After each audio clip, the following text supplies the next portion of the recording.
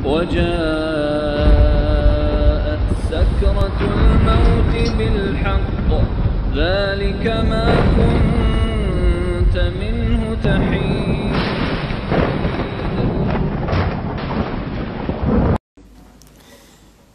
إن الحمد لله نحمده ونستعينه ونستغفره ونعوذ بالله من شرور أنفسنا وسيئات أعمالنا من يهده الله فلا مضل له ومن يضلل فلا هادي له أشهد أن لا إله إلا الله وحده لا شريك له وأشهد أن محمدا عبده ورسوله الذي لا رسول ولا نبي بعده.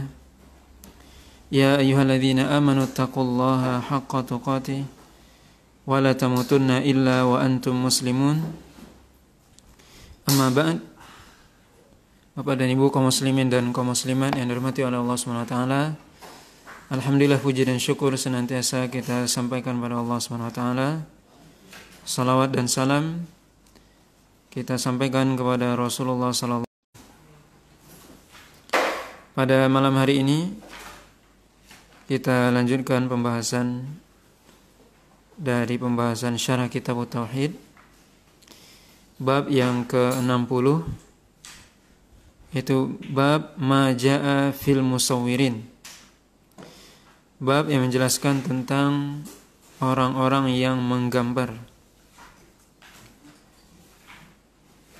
Di sini al-muallif atau penulis membawakan beberapa hadis. Yang pertama, An Abi Hurairah radhiyallahu ta'ala anhu qala Rasulullah sallallahu alaihi wasallam qala Allah ta'ala wa man azlamu mimman yakhluqu ka khalqi falyakhluqu dzarratan aw la yakhluqu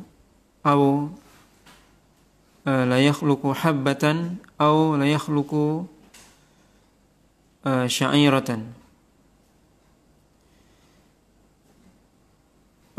Hadis ini dari Abu Hurairah radhiyallahu ta'ala anhu.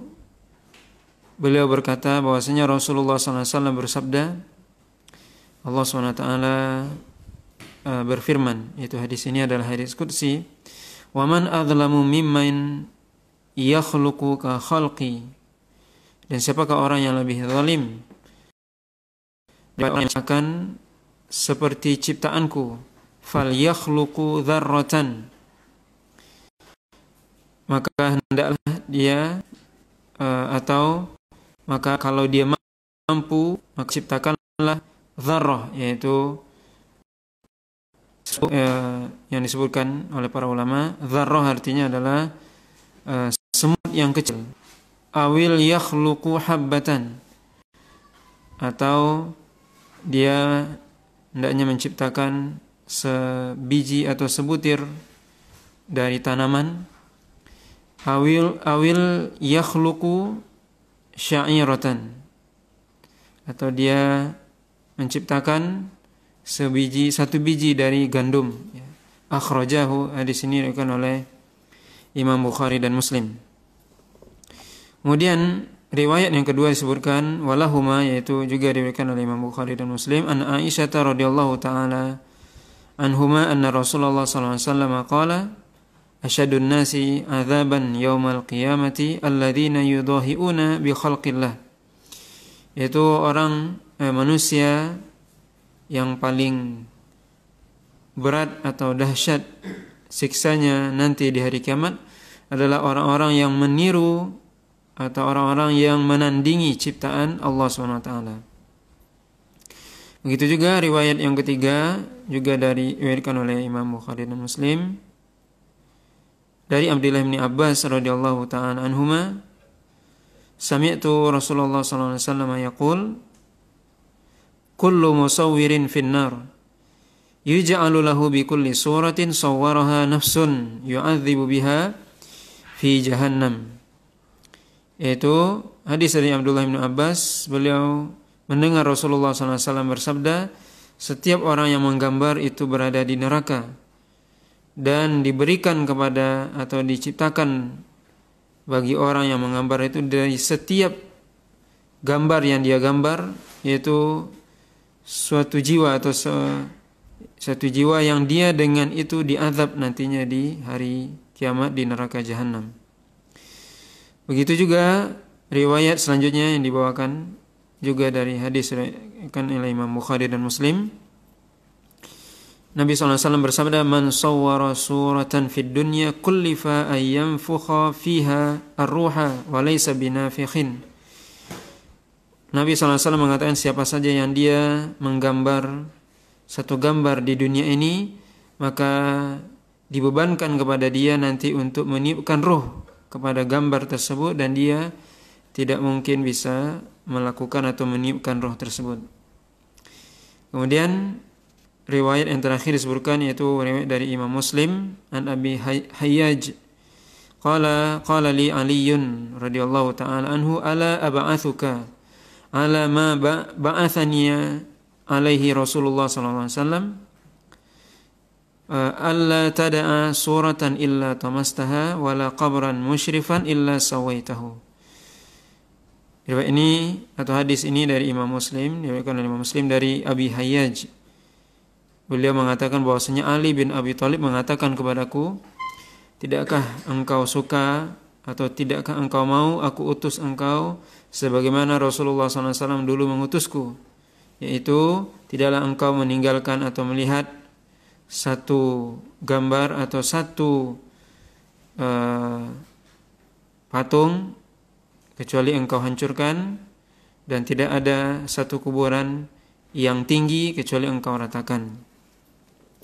Bapak dan Ibu yang dirahmati oleh Allah SWT, ini beberapa riwayat yang disebutkan dalam bab ini, di mana bab ini ya berbicara tentang atau menjelaskan tentang ancaman ya bagi orang-orang yang menggambar. Yang di sini disebutkan al-musawwirun. Riwayat pertama tadi disebutkan yaitu hadis Abu Hurairah radhiyallahu taala anhu, dan hadis ini hadis qudsi di mana Allah SWT mengatakan wa man azlamu mimman yakhluqu ka khalqi. Allah SWT mengatakan siapakah yang lebih zalim daripada orang yang dia menciptakan seperti ciptaanku. Kemudian Allah SWT mengatakan fal yakhluqu dzarratan. Maka kalau dia mampu, maka ini adalah di sini ada lamul amar, perintah, tapi maksudnya bukan perintah tapi adalah tahaddi, yaitu tantangan dari Allah SWT. Allah SWT menantang hendaknya mereka kalau mampu menciptakan dzarrah. Ya, dzarrah arti yang lebih tepat adalah semut yang kecil. Awil yakhluqu habbatan, atau kalau mereka mampu maka ciptakanlah sebuah biji ya, dari tumbuhan. Awil yakhluqu sya'iratan, atau mereka kalau mampu menciptakan sebiji gandum. Maka kita lihat dari hadis yang mulia ini Allah SWT mengancam ya dengan mengatakan bahwasanya Allah SWT bertanya, dan pertanyaan di dalam hadis ini bukan pertanyaan tidak tahu tapi pertanyaan pengingkaran. Siapakah yang paling zalim ya, daripada orang-orang yang menciptakan sebagaimana ciptaanku, kata Allah SWT. Maka ini merupakan ancaman dari Allah SWT bahwasanya orang yang meniru ciptaan Allah SWT maka dia termasuk orang yang zalim. Maka Allah SWT menantang dalam hadis ini, maka hendaknya mereka kalau mampu ciptakan, buatlah dzarrah atau habbah atau syairah ya.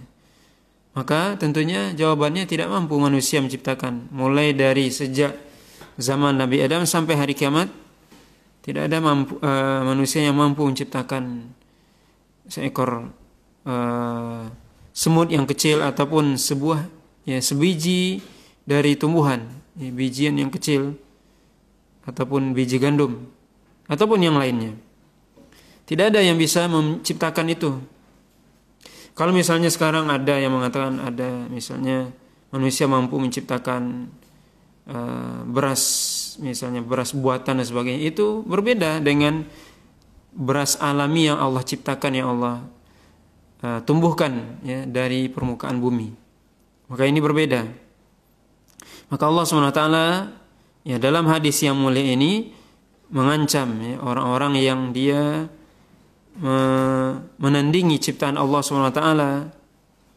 Maka Allah SWT menantang mereka, coba kalau mampu, coba bikin ya, 1 biji saja atau sebuah biji saja dari biji tumbuhan, maka kita tidak mampu membuatnya.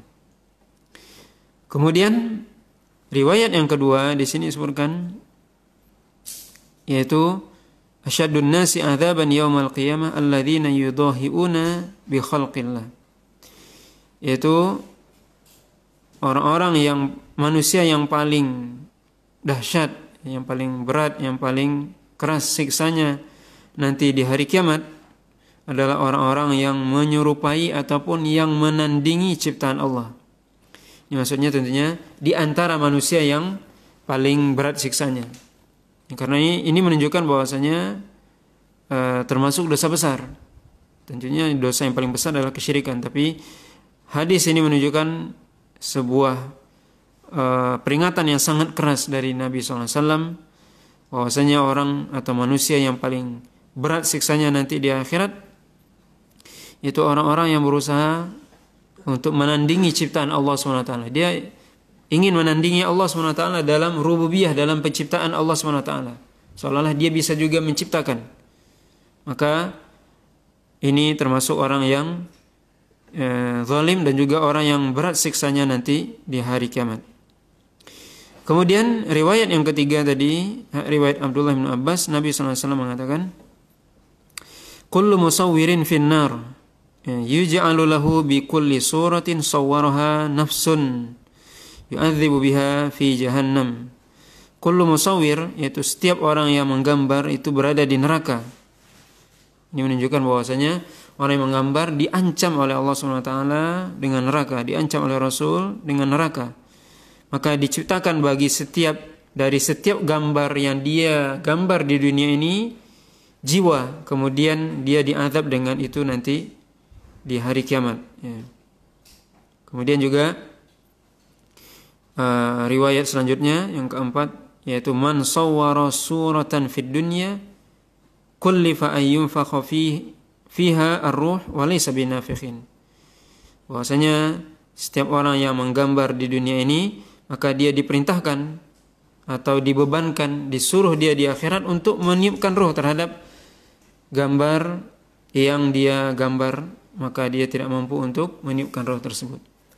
Bapak dan Ibu yang dirahmati oleh Allah SWT, perlu kita ketahui di sini ya, maksud dari pertama taswir ya dalam hadis ini, atau dalam hadis ini disebut al-musawwir, yaitu orang yang menggambar.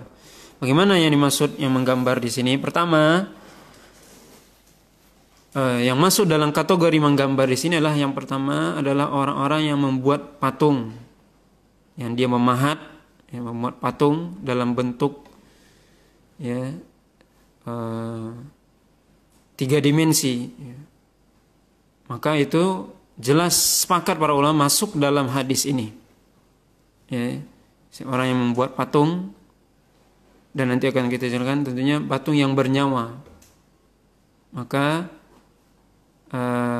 itu masuk ya, sepakat para ulama bahwasanya itu termasuk dalam kategori musawwir, yaitu orang yang menggambar. Itu yang pertama. Yang kedua, orang yang menggambar dengan tangannya atau menggambar yaitu dengan penanya. Yang kalau tadi memahat ya, dibikin patung sedemikian rupa ya, seperti berbentuk orang, manusia ataupun hewan misalnya. Dan yang kedua adalah orang yang menggambar ya, dia tulis di bukunya misalnya, di kertas ya, atau dia lukis ya, pelukis. Dia lukis itu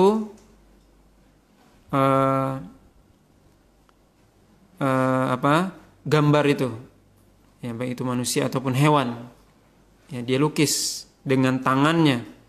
Dia bikin misalnya gambar manusia, gambar hewan, gambar kuda, singa dan sebagainya. Dia lukis dengan tangannya, baik itu di kertas, di berbagai macam media.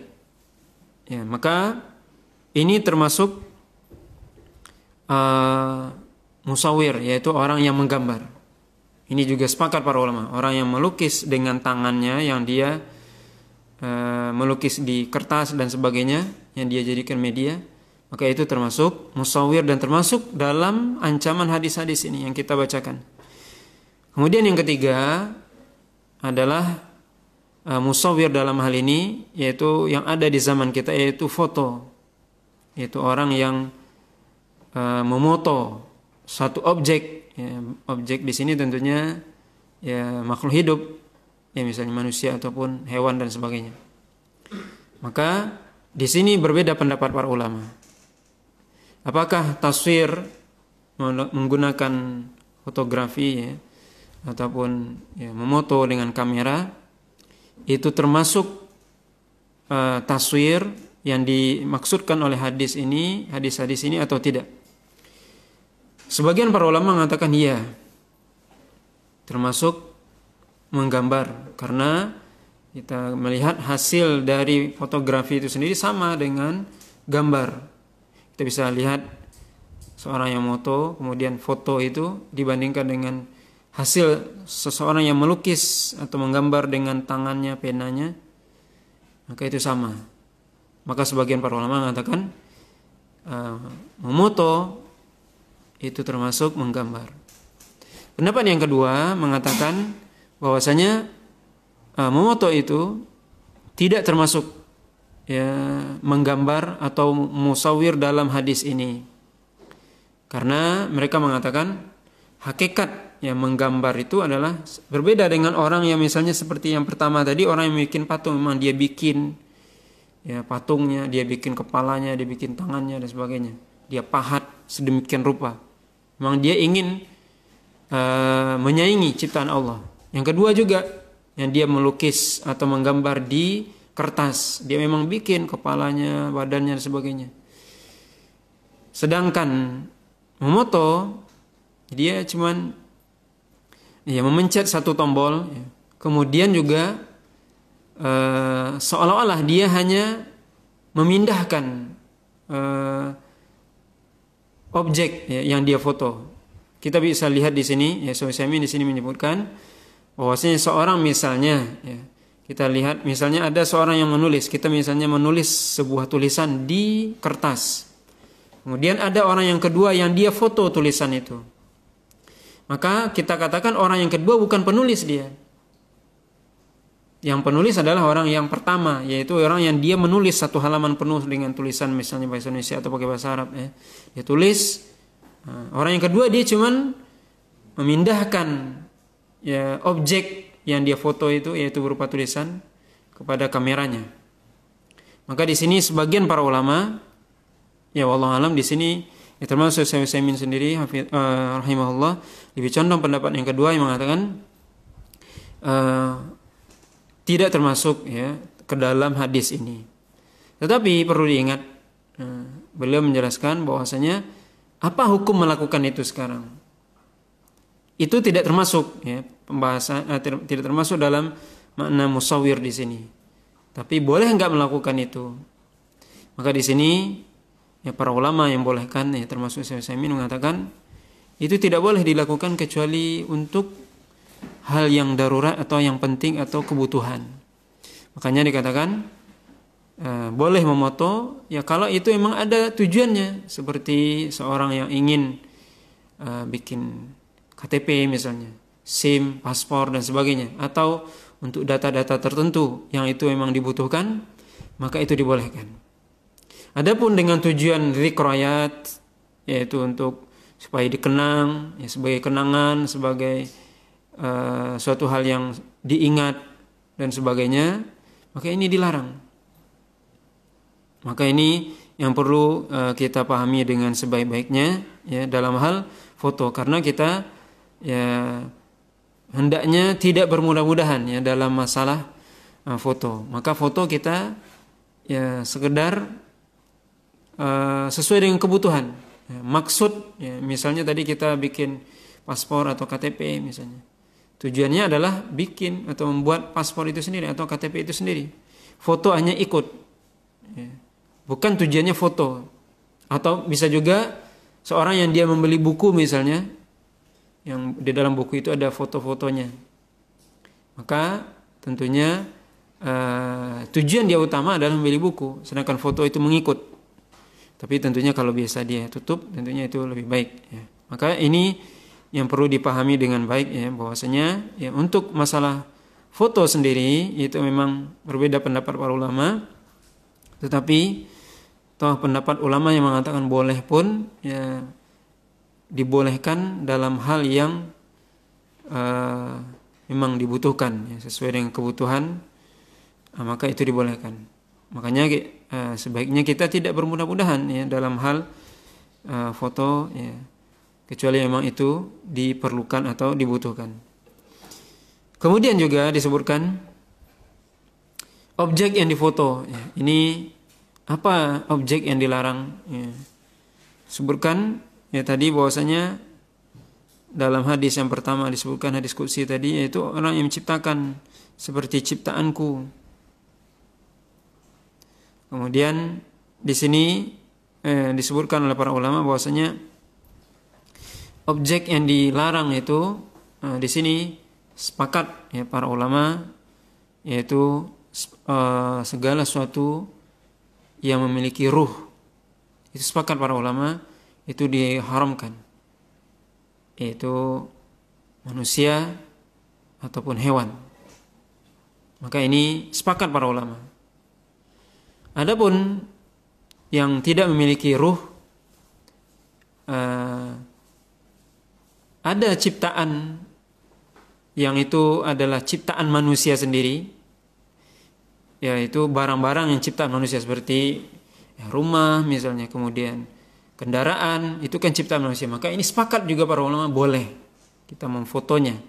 Anda foto rumah Anda, kendaraan Anda, itu dibolehkan karena itu ciptaan manusia.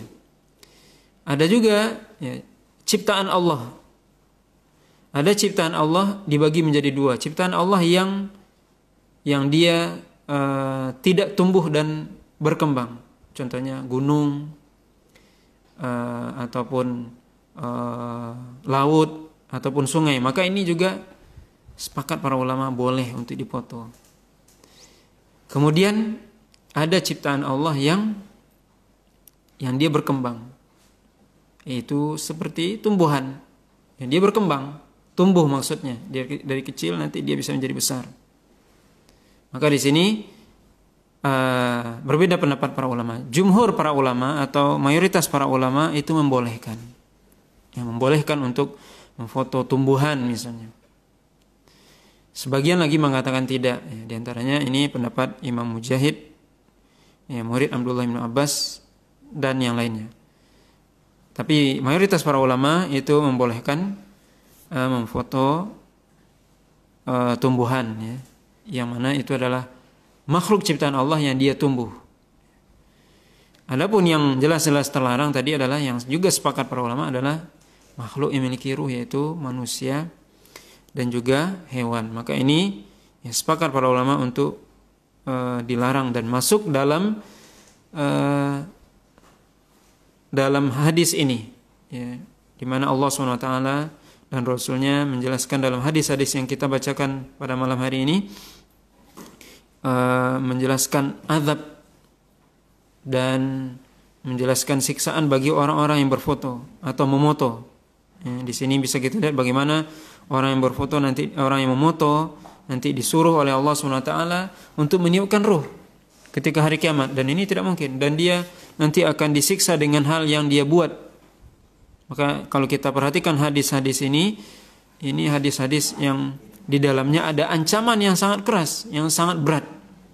Yang bahwasanya orang yang memoto ya, makhluk hidup, hewan atau tumbuhan, dia nanti ya diperintahkan untuk meniupkan roh, dan tidak mungkin dia bisa meniupkan roh kepada yang dia foto atau yang dia gambar. Maka ini menjadi peringatan bagi kita untuk kita berhati-hati dalam berfoto atau memoto ataupun menggambar ya makhluk ciptaan Allah SWT. Dan juga di sini disebutkan oleh para ulama bahwasanya dilarangnya ini ya, memoto makhluk ciptaan Allah SWT adalah ilahnya seperti yang disebutkan yaitu yudohiuna khalqallah, yaitu mereka ingin menyaingi, menandingi ciptaan Allah, ingin dia menyamakan dirinya dengan Allah dalam hal rububiyah, yaitu penciptaan. Maka ini sampai tadi disebutkan dia adalah termasuk orang yang berat siksaannya di hari kiamat. Maka di sini perlu juga kita ketahui bersama bahwasanya akan ada orang mengatakan nanti, saya membuat gambar ini tapi tidak ada di dalam hati saya, niat saya untuk menandingi ciptaan Allah. Maka dalam hal ini para ulama menjelaskan, Anda tidak ada pun Anda di dalam hati Anda niat itu, tapi dengan Anda menciptakan itu, maka itu sudah menjadi sebuah Anda menunjukkan bahwasanya Anda menandingi ciptaan Allah. Jadi walaupun tidak ada niat, tapi perbuatan Anda itu sudah menandingi ciptaan Allah SWT. Sama juga seorang misalnya dia mengatakan, misalnya dia memakai pakaian ataupun hal-hal yang khusus dimiliki atau dipakai oleh orang-orang kafir misalnya. Kemudian dia mengatakan, saya tidak tasyabuh atau tidak menyerupai orang kafir. Mujarrad artinya semata-mata dia memakai saja itu sudah dianggap dia tasyabuh atau menyerupai, ya, walaupun tidak ada niat. Maka di sini dilihat perbuatannya, ya, tidak dilihat niatnya. Ya. Begitu juga misalnya seorang laki-laki memakai sesuatu yang khusus bagi perempuan misalnya, maka dia telah menyerupai wanita, walaupun dia mengatakan saya misalnya, misalnya kita bisa lihat misalnya hari ini kalau orang yang rambutnya panjang terus dia pakai anting, terus dia mengatakan saya tidak ada niat, itu tidak seperti itu. Tidak mungkin kita menerimanya, ya. Kalau ada orang misalnya laki-laki pakai rambut panjang terus dia pakai anting-anting, pakai kalung, terus dia mengatakan saya tidak menyerupai, tidak ada niat menyerupai. Perbuatan dia itu sudah menyerupai. Bukan ditanya lagi apa niatnya. Maka di sini perlu dipahami dengan baik, ya. Maka kapan niat itu berlaku, kapan perbuatan itu hanya semata-mata dilihat perbuatan dalam hal ini. Maka ya seperti ini, ya, dalam hal menyerupai tadi, kemudian juga menandingi ciptaan Allah SWT. Seorang yang ketika dia menciptakan atau menggambar atau melukis ciptaan Allah, maka perbuatannya itu sudah menunjukkan dia menandingi, ya, ciptaan Allah SWT, terlepas dari niat dia. Maka ini yang perlu dipahami dengan baik. Maka sekali lagi ini menunjukkan peringatan dari Allah SWT dan Rasulnya yang berkaitan masalah foto atau menggambar atau melukis dan sebagainya. Maka hendaknya kita sekali lagi berhati-hati dalam hal seperti ini. Ya, maka di sini disebutkan, ya, di antara faedah-faedah yang dari hadis-hadis ini, pertama adalah ya sebuah ancaman yang sangat keras, ya, bagi orang-orang yang melukis, yang menggambar. Kemudian bahwasanya ilah atau sebab dilarangnya seorang menciptakan, ya, melukis atau menggambar tadi adalah dia menandingi ciptaan Allah SWT dalam rububiyah. Dia ingin menyamai Allah SWT dalam rububiyah. Dan ini bisa kita lihat. Allah SWT marah ketika Allah SWT ditandingi dalam hal rububiyahnya. Sebagaimana juga seorang, makanya Nabi mengatakan la yadkhulul jannah man kana fi qalbihi mithqala dzarratin min kibrin. Dalam hadis kursi dikatakan al-kibriya'u ridai. Maka Nabi SAW mengatakan tidak masuk surga orang yang dalam hatinya ada sifat sombong. Allah mengatakan bahwasanya kesombongan itu adalah pakaianku. Siapa yang mengambilnya dariku akan aku lemparkan ke dalam neraka. Maka ini semua sifat Allah, atau di sini adalah rububiyah Allah SWT. Maka orang yang ingin menandingi Allah SWT, maka ini termasuk orang yang besar dosanya. Maka Allah marah. Kalau seandainya Allah SWT marah dalam hal menandingi rububiyahnya, bagaimana kalau menandingi uluhiyah? Yaitu orang yang ingin orang lain menyembah dia. Tentu itu lebih berat. Dan itulah yang jatuh pada kesyirikan.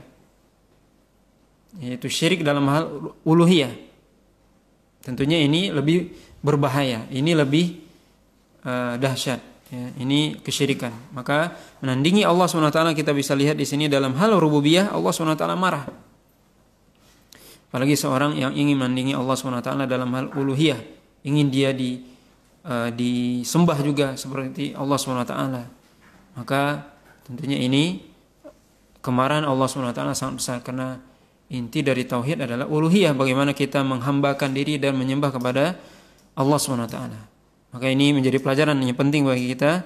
Ya, perlu kita ingat bahwasanya illah ataupun sebab daripada dilarangnya kita melukis, menggambar, memoto makhluk hidup itu adalah karena menandingi ciptaan Allah SWT, menandingi Allah SWT dalam hal rububiyah atau penciptaannya. Kemudian Allah SWT ya, menantang ya, manusia untuk coba ciptakan, kata Allah SWT, seekor semut yang sangat kecil ataupun biji yang sangat kecil, maka kita tidak mampu. Lalu bagaimana kita ingin menandingi Allah SWT? Kemudian ya, ini menunjukkan bahwasanya kita manusia adalah makhluk yang lemah. Untuk menciptakan sebuah biji saja kita tidak mampu. Biji gandum atau biji beras saja tidak mampu kita. Biji padi tidak mampu kita menciptakan. Bagaimana kita akan menandingi ciptaan Allah SWT yang lainnya? Kemudian faedah dari hadis ini juga bahwasanya orang-orang yang melukis atau menggambar ini termasuk orang yang nantinya akan diazab oleh Allah SWT dengan azab yang sangat dahsyat. Kemudian juga di antara azab mereka adalah Allah SWT menyuruh kepada mereka untuk meniupkan ruh terhadap apa yang mereka pernah lukis, pernah mereka gambar di dunia ini. Wallahu ta'ala alam. Bapak dan Ibu kaum muslimin dan kaum muslimat yang dirahmati oleh Allah SWT, ini pembahasan kita pada malam hari ini yang berkaitan dengan bab al-musawwirun, yaitu bab al-musawwirin, yaitu bab yang menjelaskan tentang gambar ya atau foto ya. Wallahu ta'ala alam. Mudah-mudahan apa yang kita sampaikan bermanfaat. Subhanakallah wa bihamdika asyhadu an la ilaha illa anta astaghfiruka wa atubu ilaik. Wa sallallahu ala nabiyyina Muhammadin wa ala alihi washabihi wasallam. Wassalamualaikum warahmatullahi wabarakatuh.